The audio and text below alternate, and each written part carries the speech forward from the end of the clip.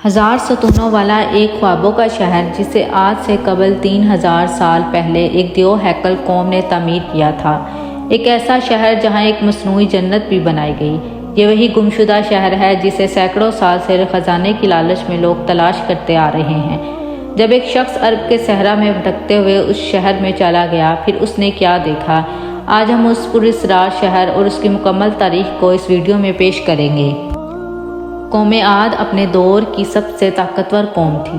یہ لوگ دوسروں کے مقابلے زیادہ قداور اور توانا تھے۔ مال و دولت بھی ان کے پاس بے شمار تھا۔ اپنے اونچے قد اور شان و شوکت کی وجہ سے انہیں بلند و مقامات پر بسنے اور بلند و بالا عمارتیں بنانے کا بڑا شوق تھا۔ تاریخ میں عاد کے نام سے 2 قومیں گزری ہیں۔ ایک کو عاد اولیٰ اور دوسرے کو عاد ارم کہتے ہیں۔ عاد اولیٰ سانم بن نوح کی اولاد تھے اور یہ عرب کے جنوبی علاقے میں آباد تھے۔ عاد اولیٰ کی طرف اللہ نے حضرت ہود علیہ السلام کو مبعوث کیا، لیکن قوم عاد کی بدعمالیوں کے سبب انہیں تباہ کر دیا گیا۔ ان کے تباہ ہونے کے بعد حضرت ہود علیہ السلام بچے ہوئے لوگوں کو لے کر حضرت موت کی طرف ہجرت کر گئی۔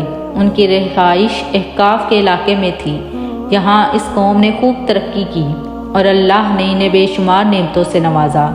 انہیں عاد ارم کہا جاتا ہے اور یہ جس علاقے میں آباد تھے اسے شہر ارم کا نام دیا گیا۔ اس شہر کو ذات العماد کہا جاتا ہے، جس کے معنی ستونوں والا شہر ہے۔ یہ شہر طوفان نوح کے کافی آباد بسا اور کافی ترقی یافتہ تھا۔ عاد ارم کے لوگ کم از کم 12 گز لمبے ہوا کرتے تھے۔ طاقت کا یہ حال تھا کہ بڑے سے بڑا پتھر جس کو کئی آدمی مل کر بھی نہ اٹھا سکے، اس کو ایک آدمی ایک ہاتھ سے اٹھا کر پھینک دیا کرتا تھا۔ ان کے شہر کے 4 دیواروں کے اندر بڑے بڑے محل اور اونچے اونچے ستون تھے۔ اللہ نے اس خوبصورت شہر کا ذکر قرآن پاک میں کچھ یوں کیا ہے۔ سورہ فجر کی آیت نمبر 6 اور 7 ترجمہ کچھ اس طرح سے ہے: کیا تمہیں معلوم نہیں کہ تیرے رب نے قوم عاد سے کیا معاملہ کیا، یعنی ارم شہر والوں سے، جو بڑے بڑے ستونوں والے عمارتوں میں مسکن بناتے تھے، اور وہ لوگ جن کے زور قوت کے برابر کوئی قوم ان کے ملکوں میں پیدا ہی نہیں کی گئی تھی۔ مورخین نے لکھا ہے کہ عاد ارم عمان، یمن اور عدن کے علاقے میں آباد تھے۔ ان میں 2 بادشاہ طاقتور ترین بادشاہ بنے۔ ایک کا نام شدید اور دوسرے کا نام شداد تھا۔ یہ دونوں آپس میں بھائی تھے۔ شدید کی موت کے بعد اس کا بھائی شداد تخت نشین ہوا۔ اس نے اپنی حکومت کو مزید وسیع کیا اور بے شمار لشکر و خزانے جمع کر لیے۔ اس نے اپنی سلطنت کی رونق و کمال کو عروج تک پہنچا دیا۔ شداد کتابیں پڑھنے کا بڑا شوقین تھا۔ اس نے کتابوں میں پڑھا تھا کہ موت کے بعد اللہ اپنے بندوں کو پھر سے زندہ کرے گا اور جنت میں داخل کرے گا، جو کہ ایک حسین و خوبصورت جگہ ہے اور جہاں کائنات کے ہر آرام و آرائش میسر ہوں گے۔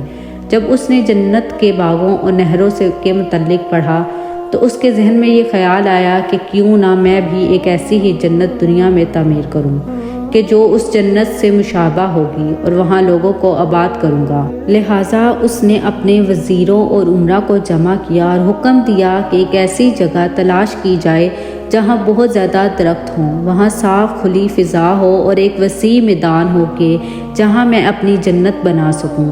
اس کے لوگ ایسی جگہ کی تلاش میں نکل پڑے۔ کافی ڈھونڈنے کے بعد انہیں ملک عدن کے زرزمین پر ایک مقام ملی جو شداد کے خواہش کے مطابق تھی۔ لہٰذا انہوں نے آ کر شداد کو اس جگہ کی خبر دی۔ شداد نے اپنے مزدوروں کو وہاں روانہ کیا۔ اس نے اس علاقے کا نام باغ ارم رکھا۔ شداد کے حکم سے اس باغ میں سونے چاندی کے مکانات بنائے گئے، بڑے بڑے محلات تعمیر کیے گئے جن میں یاقوت و زمرد کے ستون بنے تھے۔ اس میں قسم قسم کے نہریں اور درخت لگائے گئے۔ اس باغ میں دنیا بھر کے آرام و آرائش اور عیاشیوں کی چیزیں منگوائی گئیں۔ یہ شہر اتنا حسین تھا کہ تاریکی رات میں بھی دور سے اس کی چمک دیکھی جا سکتی تھی۔ اس کے ہر ایک محل میں 1000 ستون تھے۔ شہر کے درمیان ایک نہر بنائی گئی تھی اور ہر محل میں اس نہر سے چھوٹی چھوٹی نہریں دی جائی گئی تھیں۔ کچھ نہریں شراب کی تھیں تو کچھ شہد کی اور کچھ دودھ کی تھیں۔ ان نہروں کے کنارے پر ایسے مصنوعی درخت بنائے گئے جن کی جڑیں، شاخیں اور پتے سونے کے تھے۔ شہر کے راستے اور دیواروں کو مشک زعفران، عنبر اور گلاب سے معطر کر دیے گئے۔ جب اس جنت کی تعمیر مکمل ہو گئی تو اس نے اپنے امراء اور وزراء کو حکم دیا کہ میری اس بنائی ہوئی جنت کی طرف چلنے کی تیاری کرو۔ اب شداد بڑے جاہو جلال، متکبرانہ و فاتحانہ انداز میں بڑی شان و شوکت سے سپاہیوں کی جھرمٹ میں روانہ ہوا۔ جب وہ اس جنت سے صرف ایک کوس کے فاصلے پر پہنچا تو اللہ نے اس پر عذاب بھیجا۔ آسمان سے ایک ایسی چیخ سنائی دی کہ شداد زمین پر گر پڑا اور اس نے اپنی ہی بنائی ہوئی جنت کی ایک جھلک بھی نہ دیکھ سکا، اور وہ اسی مقام پر اپنے لشکر سمیت ہلاک ہو گیا اور کوئی بھی اس شہر میں داخل نہ ہو سکا۔ شداد اور اس کے لشکر کے ہلاک ہو جانے کے بعد وہ شہر بھی لوگوں کی نگاہوں سے اوجھل کر دیا گیا، لیکن عدن کے گرد و نواح کے لوگوں کا یہ کہنا تھا کہ کبھی کبھی رات کے وقت اس علاقے کے ارد گرد اس کی کچھ روشنی اور جھلک نظر آتی ہے۔ یہ روشنی اسی شہر کے دیواروں کی ہے۔ روایت ہے کہ ایک صحابی رسول حضرت عبداللہ بن کلابہ ایک مرتبہ اتفاق سے عدن کے علاقوں میں چلے گئے۔ اچانک آپ کا ایک اونٹ بھاگ گیا۔ آپ اس کو تلاش کرتے کرتے اس شہر کے پاس پہنچ گئے۔ جب اس کی میناروں اور اس کی دیواروں پر نظر پڑی تو آپ بے ہوش ہو کر گر پڑے۔ جب ہوش آیا تو سوچنے لگے کہ اس شہر کی صورتحال تو ویسی ہی نظر آتی ہے جیسے حضرت محمد صلی اللہ علیہ وسلم نے ہم سے شداد کی جنت کے بارے میں بیان فرمائی تھی۔ اسی کیفیت میں اٹھ کر وہ شہر کے اندر داخل ہوئے۔ اس شہر کے اندر نہریں اور درختیں تھیں اور ایسے ایسے علائم و آرائش کی چیزیں موجود تھیں جو انہوں نے کبھی نہیں دیکھی تھی، لیکن وہاں کوئی انسان بھی نہیں گیا تھا۔ آپ نے وہاں پڑے کچھ سونے، چاندی اور جواہرات اٹھا لیے اور واپس چل دیے۔ وہاں سے وہ سیدھے اس وقت کے دارالخلافہ دمشق پہنچے اور اپنا سارا معاملہ حضرت امیر معاویہ کو بتایا اور اس شہر کی ساری نشانیاں بتا دیں۔ حضرت امیر معاویہ یہ سارا واقعہ سن کر نہایت حیران ہوئے اور اہل علم حضرات سے اس بارے میں معلومات حاصل کی گئی کہ کیا واقعی دنیا میں ایسا شہر بھی کبھی بنایا گیا تھا۔ لہٰذا حضرت کعب بنت احباب رضی اللہ عنہا نے بتایا کہ ہاں، قرآن پاک میں بھی اسی شہر کا ذکر موجود ہے، مگر اللہ نے اس کو لوگوں کی نگاہ سے چھپا دیا تھا۔ حضرت کعب بن احباب رضی اللہ عنہ نے بتایا کہ نبی کریم صلی اللہ علیہ وسلم نے فرمایا تھا کہ میری امت میں سے ایک آدمی اس شہر میں چلا جائے گا اور وہ چھوٹے قد اور سرخ رنگ کا ہوگا، اس کے آبرو اور گردن پر 2 تل ہوں گے، اور وہ اپنے اونٹ کو ڈھونڈتا ہوا اس شہر میں جا پہنچے گا اور وہاں کے عجائبات دیکھے گا۔ جب حضرت معاویہ نے یہ تمام نشانیاں حضرت عبداللہ بن کلابہ میں دیکھی تو فرمایا کہ واللہ آپ وہی شخص ہیں۔